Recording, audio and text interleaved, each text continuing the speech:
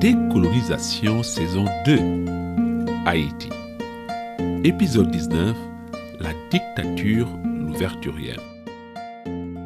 Bonjour, on en est maintenant à 1801 et on s'approche, doucement mais sûrement, de la fin de cette saison. La fin, c'est-à-dire la déclaration d'indépendance d'Haïti. Et aujourd'hui, on va traiter grosso modo de l'année 1801, c'est-à-dire d'une période qui va de la réunification de l'île par Toussaint Louverture, au début de l'année 1801, et qui se termine avec l'arrivée de l'expédition militaire envoyée par Bonaparte et qui arrive sur Haïti en janvier 1802. Si on se remet donc au début de l'année 1801, Toussaint Louverture est au fait de sa gloire. Il est le maître incontesté de l'ensemble de l'île d'Hispaniola, comme on l'a vu la semaine dernière. Et il commande une armée immense et redoutable. Toussaint a donc maintenant le champ libre pour mettre en œuvre sa vision. Mieux, il a aussi une armée redoutable. C'est donc avec cette armée que Toussaint va imposer sa vision pour le pays et mettre en place une véritable dictature militaire. Toussaint ira même jusqu'à promulguer une constitution sans l'assentiment de Paris, exprimant ainsi sa volonté de se poser en partenaire plutôt qu'en subordonné de Napoléon. Spoiler alert, ça ne va pas plaire à ce dernier. Mais d'abord, quelle est la vision de Toussaint pour Haïti? Pour la comprendre, je vous propose une citation de Laurent Dubois dans son ouvrage majeur « Les Vengeurs du Nouveau Monde ».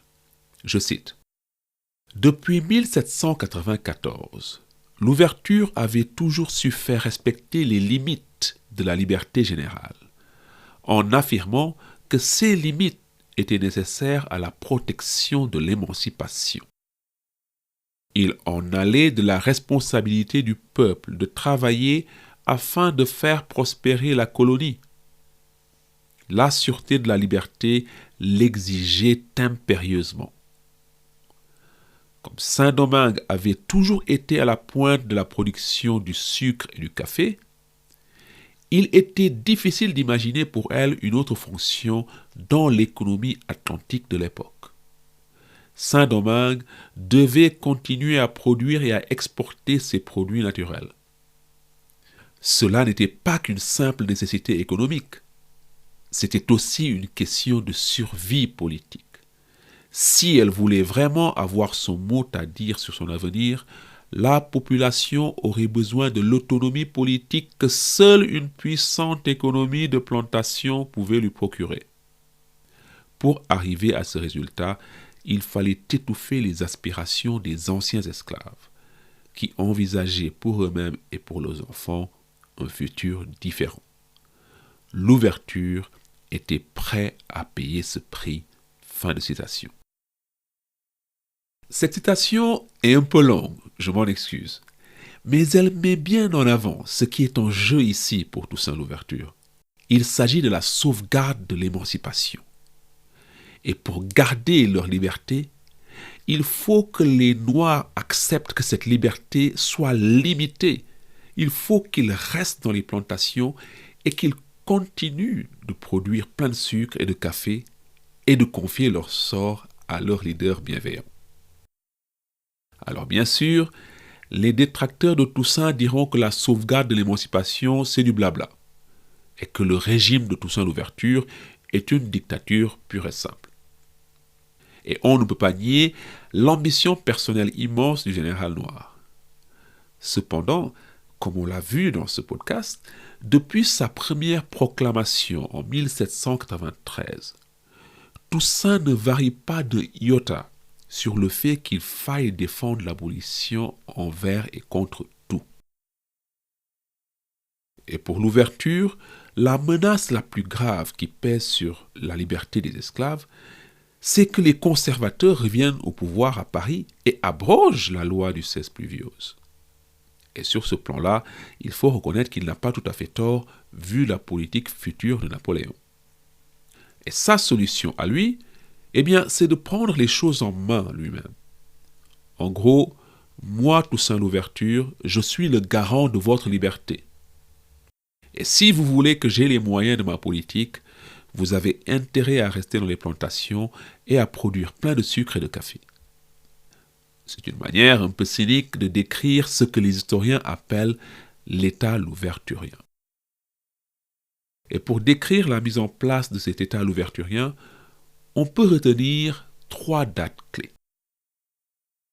Première date, octobre 1800. Vous aurez noté qu'à cette date, l'ouverture n'a pas encore réunifié l'île. Pourtant, dès octobre 1800, l'ouverture publie un règlement de culture qui frappe les esprits car c'est tout simplement une réintroduction du travail forcé des Noirs sur les plantations.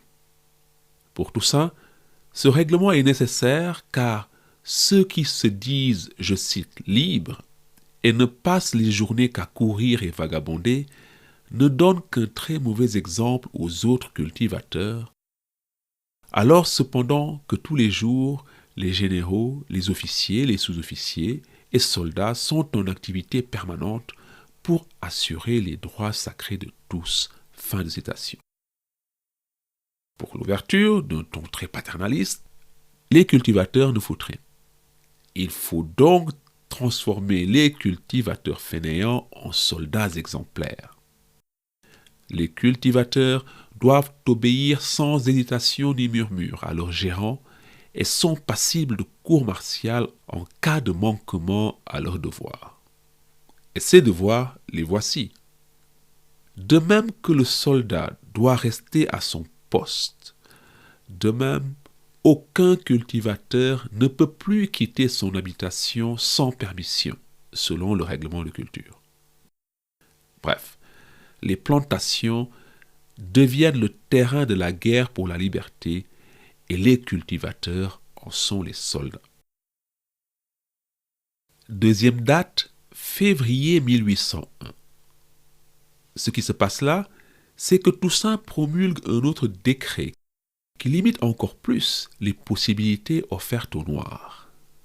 Le nouveau décret interdit la vente de terre en dessous d'une certaine surface. L'objectif ici, c'est de rendre impossible toute acquisition de terre par les pauvres Noirs. La propriété est réservée aux riches propriétaires. Et les riches propriétaires, ce sont les Blancs, les gens de couleur, ainsi que les officiers supérieurs noirs. Troisième date, enfin, Toussaint matérialise encore plus sa vision et son emprise en dotant la colonie d'une constitution, la fameuse constitution de 1801. C'est le 4 février, jour de la commémoration du 7e anniversaire de l'abolition de l'esclavage par la Convention, que Toussaint annonce que le temps est venu pour Haïti de se doter de, je cite, « lois convenables à ses mœurs, à ses usages, à son climat, à son industrie ». Fin de citation. Il est malin le Toussaint, car il reprend mot pour mot les termes employés par Napoléon dans sa proclamation du 25 décembre 1799. Vous nous en rappelez peut-être, cette proclamation avait été apportée sur l'île par le colonel Vincent et Julien Raymond à la mi-1800.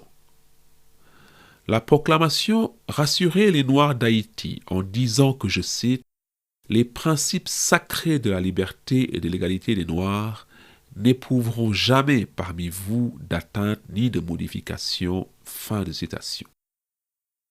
Mais Toussaint n'a jamais cru aux bonnes paroles de Napoléon. Car dans le même temps, la Constitution de l'an 8 promulguée par Napoléon dit en son article 91, je cite, « Le régime des colonies françaises est déterminé par des lois spéciales. » Fin de citation. Or, les lois spéciales, vous êtes payé pour le savoir si vous me suivez depuis le début de la saison, C'est le jargon de Moreau de Saint-Méry et des Grands Blancs. À Haïti, tout le monde sait que loi spéciale égale esclavage. Toussaint a donc peur de se faire berner par Napoléon. Il décide alors de prendre les devants et se fait législateur avant que le premier consul n'impose ses lois spéciales. C'est ainsi qu'une assemblée de 10 membres se réunit en mars. Il y a dans cette constituante 7 blancs, 3 gens de couleur et aucun noir.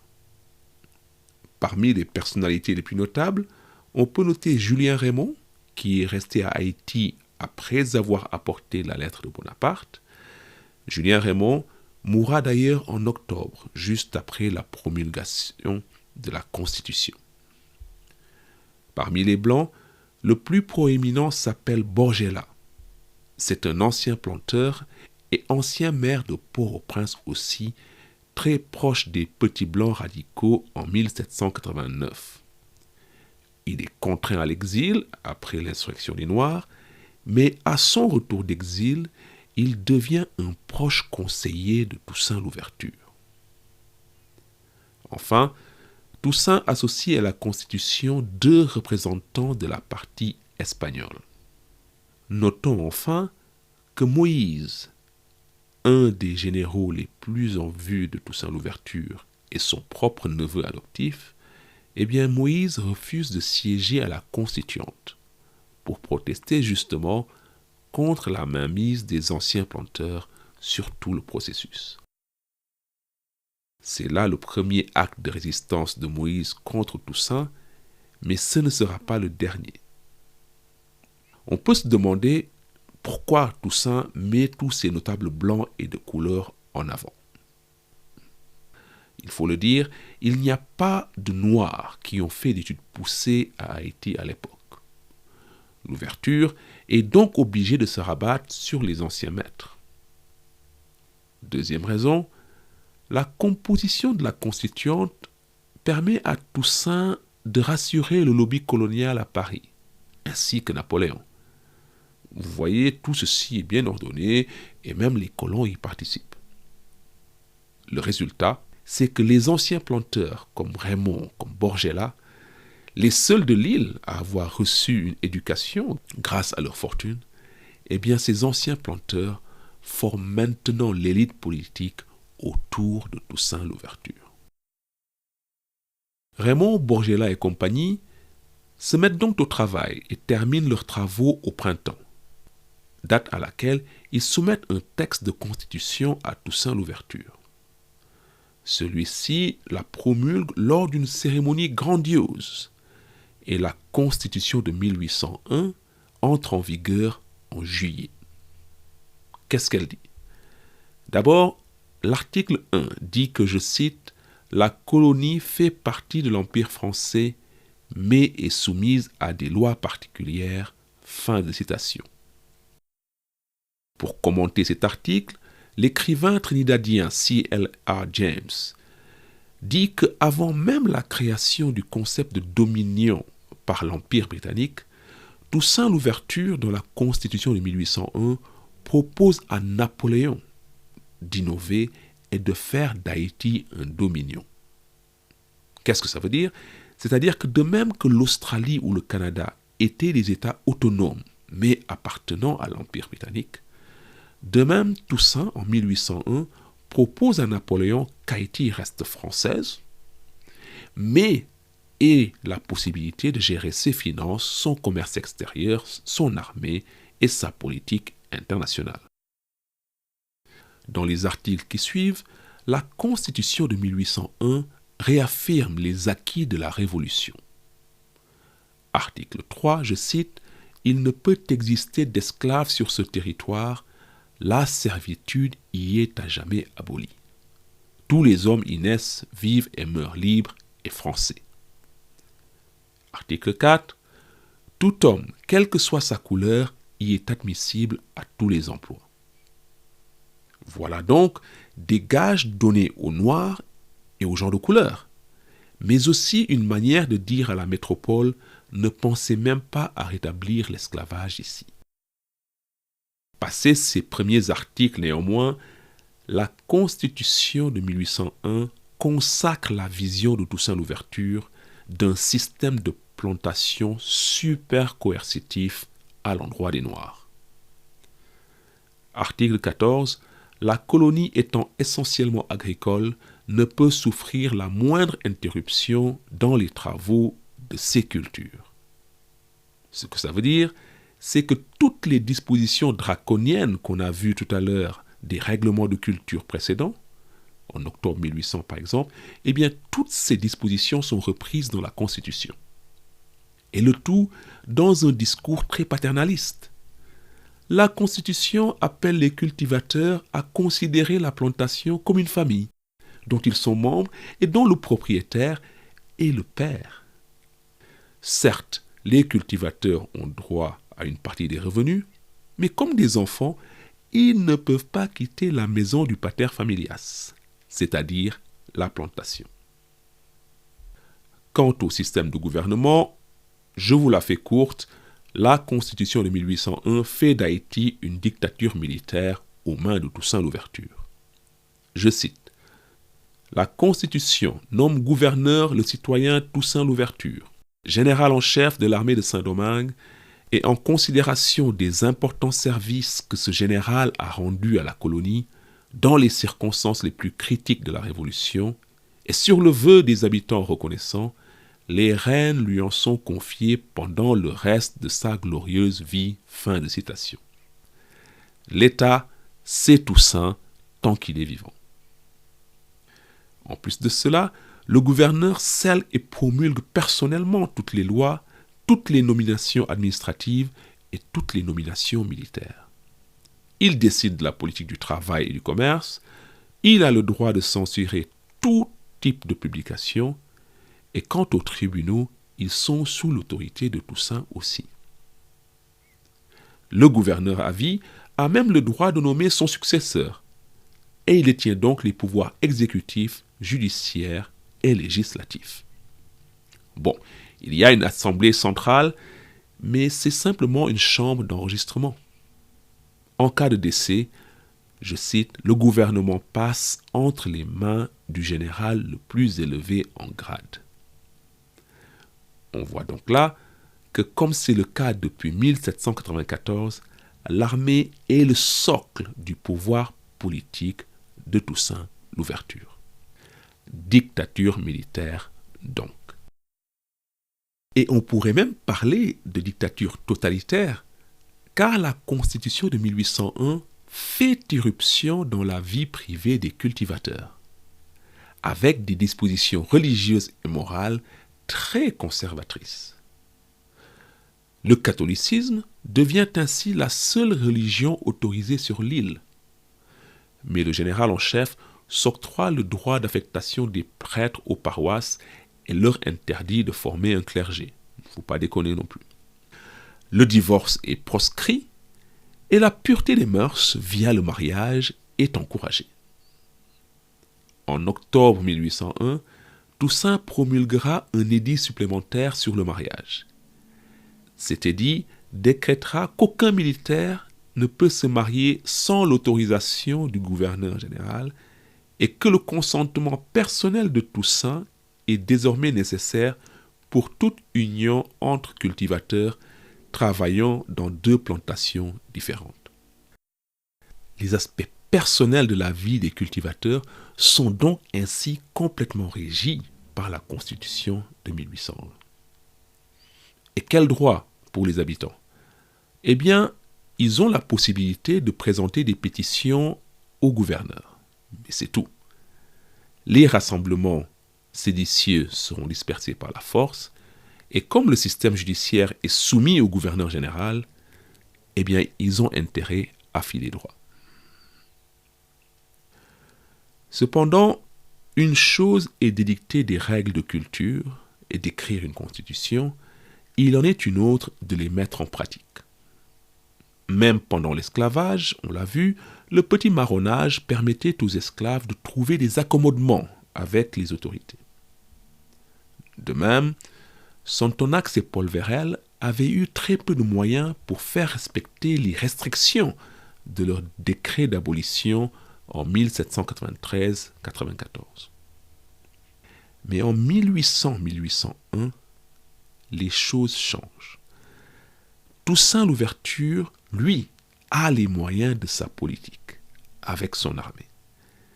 Après le départ des Anglais et la victoire contre Rigaud, Toussaint ne la démobilise pas. Il la garde sur le pied de guerre pour prévenir une menace extérieure. Mais aussi, Toussaint se sert de son armée pour intimider les cultivateurs et les pousser à filer droit. La colonie est ainsi divisée en zones administratives commandées par des officiers qui cumulent charges militaires et civiles. Le général Moïse, son neveu, est le chef militaire de la province du Nord, mais aussi son inspecteur général des cultures. Le général Dessalines occupe les mêmes fonctions à l'ouest et au sud. Et ces commandants militaires sont tenus personnellement responsables du fonctionnement des plantations et eux aussi ont intérêt à ce que ça marche, puisqu'aussi bien Moïse que Dessalines sont propriétaires de plusieurs plantations. Et c'est dans ce cadre que les tournées d'inspection de Dessalines deviennent tristement célèbres à cause du cortège de cruauté qui les accompagne. Dessalines n'hésite pas à torturer en public les gérants, les commandeurs qui n'atteignent pas leur quota de production. Et en tant qu'ancien esclave, Dessalines prend particulièrement un malin plaisir à torturer les Blancs. Il mène aussi des ratissages fréquents dans les villes pour renvoyer les Noirs vagabonds dans les plantations et il n'hésite pas à exécuter des cultivateurs juste pour l'exemple. La réalisation de l'idéal louverturien se fait donc par la force armée. Elle se fait aussi aux dépens de la propre base politique de Toussaint Louverture, les cultivateurs noirs. Oui, les Noirs sont libres, oui, ils ont théoriquement droit à une part des bénéfices, oui, le fouet est banni, mais bon, les Noirs font le même boulot qu'avant, et le fouet a juste été remplacé par le cocomacaque, c'est-à-dire le gourdin. Et ce que dit Toussaint Louverture aux Noirs me rappelle la fameuse citation d'un militaire américain après une bataille de la guerre du Vietnam. Je cite, « Nous avons dû détruire le village pour le sauver. » Fin de citation. De même, Toussaint semble dire aux Noirs, « Il me faut vous remettre en esclavage pour garantir votre liberté. » Et il ne faut donc pas s'étonner que les cultivateurs réagissent à cette politique agraire draconienne. Les cultivateurs désertent les plantations en masse. Et on estime que dans certains endroits du Nord, il y a en 1800 plus de nègres marrons qu'en 1791. De plus, à peine 3 mois après la promulgation de la Constitution, une crise majeure éclate qui met à nu les fractures de l'État louverturien. Cette révolte éclate dans la plaine du Nord, la matrice de l'insurrection de 1791 et la région d'origine de Toussaint Louverture. À la tête de cette région ô combien importante, Toussaint a placé, vous vous rappelez, un fidèle parmi les fidèles, son neveu adoptif, on en a parlé, le général Moïse, l'un des 2 seuls généraux de division avec Dessalines. C'est à Moïse, par exemple, que Toussaint avait confié la conquête de Santo Domingo à l'épisode dernier, et c'était déjà Moïse aux manettes contre Hédouville. En 1800 donc, Moïse est aux commandes du Nord, à l'exception de la ville du Cap, commandée par le général Christophe. Mais dès la fin de la guerre contre Rigaud, Moïse commence à montrer des signes d'opposition à la stratégie de Toussaint Louverture. Il critique par exemple le Code du travail d'octobre 1800 et il pense que Toussaint favorise trop les intérêts des Blancs. Je cite, « C'est toujours au nom des intérêts de la métropole qu'il me gronde, mais ses intérêts sont ceux des Blancs Et je n'aimerai les Blancs que quand ils m'auront rendu l'œil qu'ils m'ont fait perdre dans les combats. » Fin de citation. Au contraire de Dessalines, qui, on l'a vu, atteint ses quotas de production sans état d'âme, Moïse essuie les critiques de son oncle car les rendements agricoles du Nord sont inférieurs aux autres régions. Ce à quoi Moïse rétorque qu'il ne peut pas se résoudre à être, je cite, « le bourreau de sa couleur ». Fin de citation. Enfin, on prête aussi à Moïse le projet de favoriser la vente de parcelles à une plus grande partie de la population, par opposition à la volonté de Toussaint de ne surtout pas diviser les grandes plantations. Bon, il semble qu'il s'agit là plus d'une posture de Moïse que d'un engagement véritable de sa part. Mais quand même. En tout cas, à la mi-octobre, il se trouve que Toussaint est en tournée dans l'Ouest. Et à son programme, il y a inclus une halte à Saint-Marc où il doit assister au mariage de Dessalines. Et c'est pendant les festivités nuptiales que les deux hommes apprennent qu'une insurrection s'est déclenchée dans le Nord. Tout commence le 21 octobre au soir, quand le général commandant le Cap, Christophe, remarque des attroupements suspects dans les casernes. Il sort enquêter et se fait tirer dessus. Les assaillants sont arrêtés, torturés et ils se mettent à table, ce qui permet à Christophe de tuer dans l'œuf la conspiration dans la capitale. Cependant, dès le 22, toute la plaine autour du Cap se soulève. On se croirait revenu en 1791. Les cultivateurs marchent au cri de mort aux Blancs et en massacrent près de 300. On apprend aussi que les rebelles scandent le nom de Moïse et affirment, je cite, « C'est le général Moïse qui est pour nous, c'est lui notre chef. » Fin de citation. Immédiatement, Dessalines et Toussaint foncent vers le nord et rejoignent Christophe pour restaurer l'ordre. Et la pacification est extrêmement brutale. Quand Dessalines entre dans Plaisance, par exemple, tous les cultivateurs sont massacrés au sabre et à la baïonnette. Et tous les combattants faits prisonniers sont tués à l'arme blanche. Autre exemple macabre, en début novembre, au Cap, Toussaint rassemble toute la population pour assister à l'exécution de 40 rebelles, dont l'officier Joseph Flaville, leader de l'insurrection à Limbé. Après une violente diatribe contre les rebelles, Toussaint fait pointer 3 canons en face des prisonniers alignés et donne l'ordre de faire feu. Les prisonniers sont déchiquetés par les boulets et la foule est alors prise de terreur et s'enfuit de la place d'armes trempée de sang. Au total, on estime que près de 5000 cultivateurs sont tués. Le général Moïse dément lui être derrière le soulèvement. Mais Toussaint le fait arrêter quand même et traduire en cour martiale.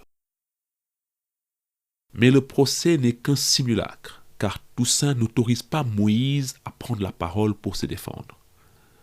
Moïse est rapidement condamné à mort et il est exécuté le 21 novembre. La mort de Moïse est un véritable crève-cœur pour Toussaint Louverture. Une tragédie personnelle, car c'est justement Moïse qui est dans le sens de l'histoire et Toussaint Louverture qui n'y est pas. Et paradoxalement, la mort de Moïse ne permet toujours pas à Toussaint Louverture de se rendre compte du profond mécontentement de la base de la population noire. Au lendemain de la révolte, c'est une fuite en avant. Toussaint décide que des mesures encore plus coercitives sont nécessaires pour empêcher un nouveau soulèvement. Dans 2 proclamations, les 2 et 25 novembre, Toussaint se répand en injures contre Moïse et contre la population tout entière. Les vagabonds qui ne veulent plus travailler, les parents négligents, les jeunes femmes et leur esprit de libertinage, les domestiques, les étrangers, les fonctionnaires et commandants qui ont plusieurs concubines, les cultivateurs paresseux qui n'éduquent pas leurs enfants, tout le monde y passe. Toussaint s'en prend plus violemment aux cultivateurs et dit que, je cite, « Il faut contraindre cette classe d'hommes à être utile à la société, car dans un pays libre, la liberté ne consiste pas à faire ce qu'on veut, mais ce à quoi l'on est destiné. » Fin de citation. Vous le voyez donc venir, le tour de vis contre les cultivateurs. Toussaint ordonne la création de nouveaux systèmes pour contrôler la fixation des cultivateurs sur les habitations. Et le clou du système, c'est une carte de sûreté où sont inscrits le nom, l'adresse, l'emploi, l'âge et le sexe de chaque individu, avec des conséquences sévères pour toute personne contrôlée loin de sa plantation. Vous en conviendrez, on en est presque revenu au temps de l'esclavage. Pour quel résultat ? À la fin de l'année 1801, les rapports officiels montrent que le régime draconien mis en place par Toussaint commence à porter ses fruits. Les exportations de café, par exemple, qui étaient quasi nulles pendant des années, ont retrouvé 2/3 de leur niveau de 1789. Et la reconstruction de quelques secteurs de l'économie de plantation est en marche. Mais à quel prix ? Toussaint s'est fait dictateur d'une colonie régie par la hiérarchie, le travail forcé et la répression militaire. Ce faisant, il s'est mis à dos la majorité des Noirs, mais il s'est aussi aliéné certains militaires, surtout ces officiers qui ont vu Moïse se faire exécuter sans aucune forme de procès. Ils se disent que si cela peut arriver au neveu de Toussaint, ça peut arriver à tout le monde. Bref, on voit donc que le Toussaint version 1801 est bien différent de celui de 1793. Je ne sais pas si vous aimez le foot, mais je vais tenter une métaphore foot. En 1793, Toussaint, c'est comme un coach pour qui les joueurs sont prêts à tout donner sur le terrain. Pensez au Mourinho de Porto ou de Chelsea. Ces joueurs disent « j'irai à la guerre pour lui ». En 1801, en revanche, Toussaint est comme le Mourinho de Tottenham. Il est désormais aigri, colérique, incapable de mobiliser ses équipes autour d'un projet. Son seul moyen de régner, c'est la crainte et la terreur. Par conséquent, Toussaint perd la confiance de son vestiaire, au moment même où un défi immense s'annonce. Le défi immense à venir, c'est l'arrivée désormais inéluctable d'une expédition napoléonienne pour reprendre le contrôle de la colonie. Est-ce que les cultivateurs et les officiers noirs iront jusqu'au sacrifice suprême pour le chef ? Rien n'est moins sûr. Et on verra ce qu'il en sera au prochain épisode, car on va en rester là pour aujourd'hui. D'ici là donc, portez-vous bien et salut hein.